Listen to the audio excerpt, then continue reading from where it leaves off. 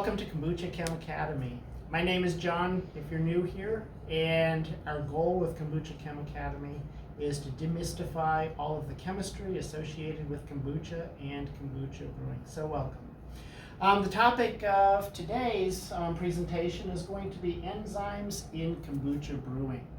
So an enzyme, more or less, is a biological catalyst. And it's enzymes that essentially control, regulate, and move along all of the various chemical reactions that happen in kombucha brewing. One thing to remember is that the yeast and the bacteria that are utilized in the brewing process are really just little chemical factories. And it's the enzymes that are essentially the workers in those factories that cause the chemicals to be generated in a very efficient manner. All right, so as a biological catalyst, what is it that an enzyme really does? So we have to back off and look at the definition of a catalyst by itself.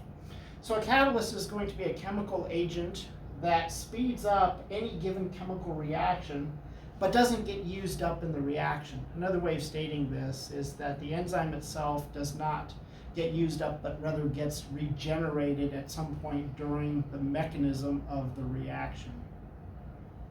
So to better understand the activity of enzymes in kombucha brewing and fermentation, it's a good idea to do a quick review of the actual fermentation process as related to kombucha brewing. So normally when we brew kombucha, we're going to start out with a disaccharide such as sucrose, simple table sugar. And we can think of sucrose as essentially a glucose molecule bonded to a fructose molecule. That's why we call it a disaccharide. It's a combination of two simple sugars. Now, what ends up happening here in the initial stages of the process is that the yeast itself will secrete an enzyme called invertase. And the job of the invertase is to actually break that chemical bond that exists between the glucose and the fructose to make the sucrose. So we see as the products of that enzyme reaction, we get the two simple sugars. We have glucose here and fructose as well. Now the reason why we need to make those simple sugars, thanks to that enzymatic reaction, is that the bacteria and the yeast require those simple sugars themselves as food sources to continue the fermentation process. In other words, yeast and bacteria cannot process and utilize sucrose by itself. We have to cleave the sucrose into the glucose and the fructose. Now, once we generate those two simple sugars, there are a number of other enzyme-driven pathways that we can rely upon. For example, glucose can be utilized by the bacteria in another enzymatic reaction to form cellulose, which is the material that forms the pellicle that we see forming on top of the kombucha brew. In another pathway, these same bacteria can also generate gluconic acid. So that's one of the acids that we ultimately taste in our final product of kombucha. As far as the fructose goes, that's another important component of our fermentation process. Bacteria, of course, can take that fructose as well as some ethyl alcohol that comes about from the fermentation process that continues to happen, is facilitated by the yeast by way of its own enzymatic reactions. The bacteria can utilize that ethanol as well as the fructose to generate the other simple organic acid that we find in kombucha, which would be acetic acid. So the combination of these bacterial and yeast reactions here, all driven by enzymes, ultimately give us that concoction of chemicals that we ultimately end up with to give us a good flavored kombucha base. So to better understand how an individual enzyme works, let's look at one specific example. Of course, as I mentioned before, in kombucha brewing, there are many different enzymatically driven reactions that ultimately result in our finished brew. However, let's take a look at the invertase step, because that's the first step required for us to make kombucha. Because again, what we're doing here is we're breaking down sucrose into glucose and fructose, those simple sugars that are directly utilized by the yeast and bacteria to make the magic happen. All right, so how does invertase work? Well, it works like any other enzyme would. And to be specific about this, we call this the lock and key model. So let's think about how a lock and a key work together.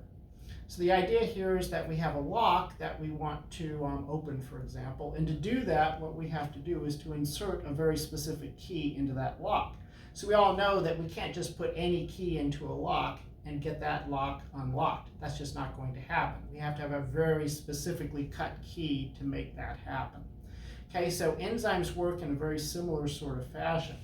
So if we take a look at the structure of an enzyme as we would find it, for example, in a kombucha ferment, what we're going to find is that it's going to be a very complex globular protein. So basically it has a very complex three-dimensional structure in that water-based environment. All right, so inside of this enzyme we have what's called a cleft. So that's going to be a little indent in there that has a very specific shape.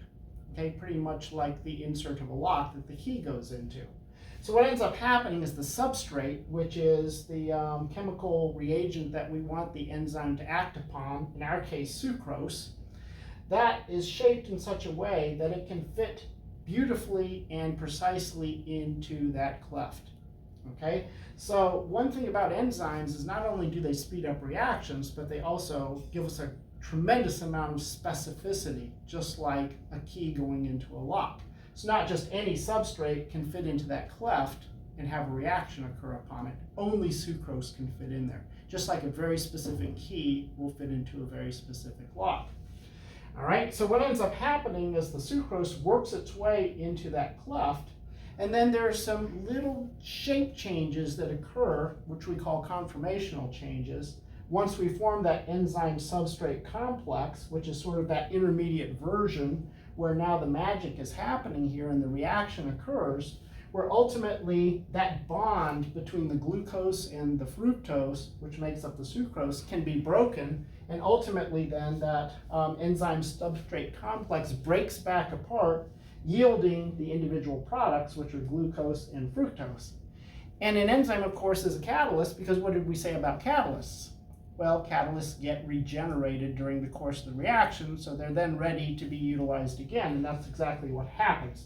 We see that once the glucose and the fructose are spit back out, we regenerate the enzyme again, and it's ready to take on another sucrose molecule.